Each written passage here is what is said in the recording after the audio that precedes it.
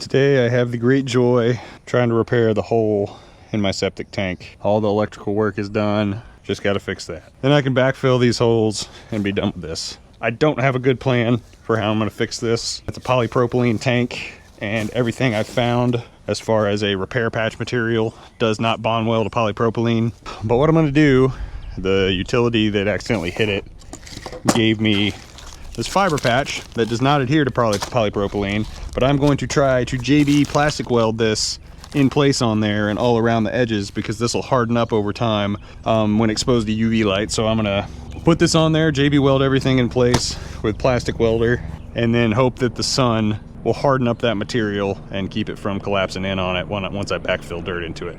First thing I'm gonna do, I'm gonna take this heat gun, I'm gonna heat it up and try to bend it back into shape. Then I have some sandpaper, I'm gonna scarify it a little bit. Then I have to go get the JB weld because I don't have any here. But yeah, we'll see how it goes. Don't have a lot of confidence in it, but this is what we're working with.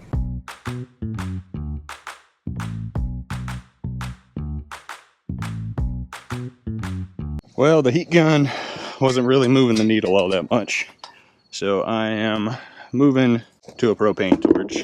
This may or may not be a good idea. We shall see. It smells like poopy down here. I also brought a hammer to try and get part of this back in there. I hope none of this blows up.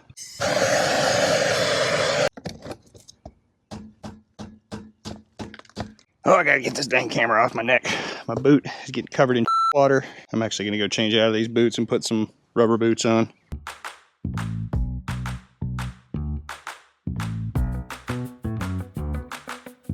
Alright, so this is what I was able to manage with the blowtorch and some pliers. I need to figure out how to get those gaps a little bit closer together.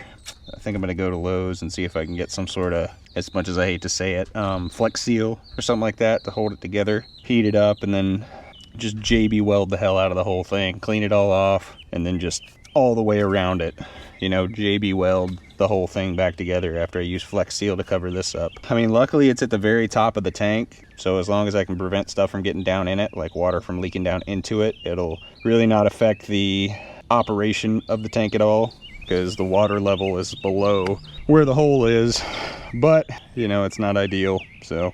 Oh man, I'm gonna go to Lowe's now. So while I was in Lowe's, I had an epiphany. I've seen videos on the internet of people doing plastic welding with those little things that induction heat up staples. I have a lot of leftover copper wire, so I'm gonna try and attach those with pieces of old copper wire to get the plastic to stick together. So when I put what I decided to use on there, maybe it'll work. It's true redneck engineering. I went with flex paste. Looked like the most appropriate thing. JB weld, I don't know, didn't seem like it would work quite as well. This is a little bit more flexible because those poly tanks flex over time.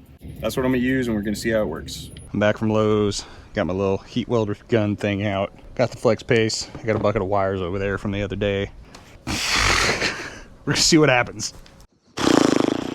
I was going to try to film this with the little neck mount so you could see really what I was doing, but I really don't want to run the risk of getting poopy juice on my GoPro. You're over there. Here's the little induction gun. All it does is it passes electrical current through here. It's got a little transformer in there. I don't know what it steps it down to. It's probably got some sort of rectifier as well to make it DC current.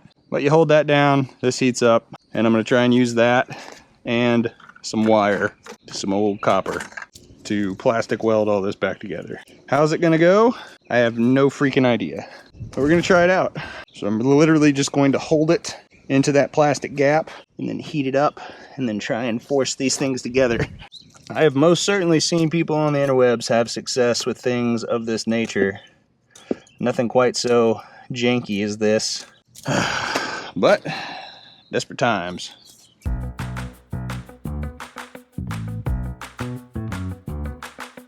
This isn't working how I hoped it would. At the very least, it's going to give whatever I decide to put as a sealer on here something to bite to.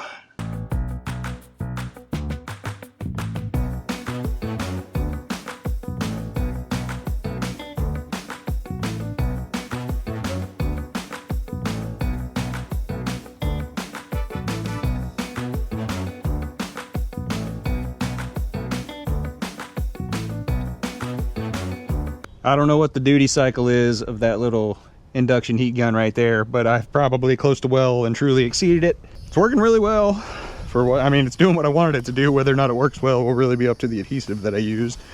But here's what it looks like right now. I'm gonna go back through and heat it up with the torch again to kind of set these in place. I got one more little line I got to do down through here. It's taking a little while. There's no water, so I don't have to worry about that messing with the adhesive. As long as I don't run water, it won't fill up anymore. I'm optimistic. I probably shouldn't be, but I'm optimistic. Yeah, literally just taking, that's 12 gauge old copper wire out of some Romex, using that induction heat gun and just kind of plastic welding all this together. I'm gonna go over it with the torch again to set it all in place, and then I'll put adhesive over all of it. I got Flex paste. I've never used the Flex Seal or any line of those products before, but I'm hoping it'll work for this. I've heard good things about it in the past from people, so.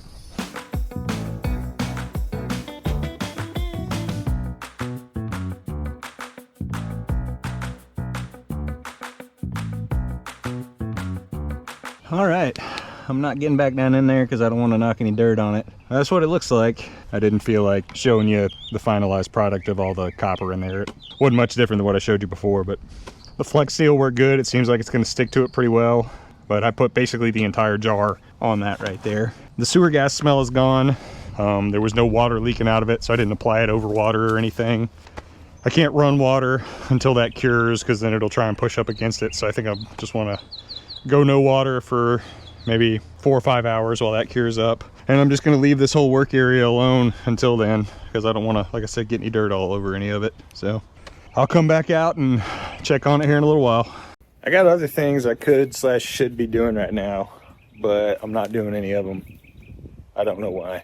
For instance, there's a bunch of trash in my yard right here from where the stuff was installed yesterday. There's a bunch of wire that I need to aggregate together so I can go sell it. But instead, I'm just telling myself that I'm not doing anything because I'm waiting for this to dry. It's pretty tacky already. Tacky as in like the feel, and tacky as in I use Flex Seal on my septic tank. I got a timer set for another 2 hours maybe, and then hopefully it should be good enough for me to backfill all this. There's really no way for me to test it. I'm just gonna have to hope that everything holds up, but then I'm gonna take my tractor, I'm gonna push all this dirt in this hole, and then I'm gonna make sure all this is filled back in and regraded. I forgot to record it, but it's after work on Monday. Got home immediately, took the tractor, backfilled all the dirt. Needed a couple extra buckets of dirt, and I used the garden rake and the shovels.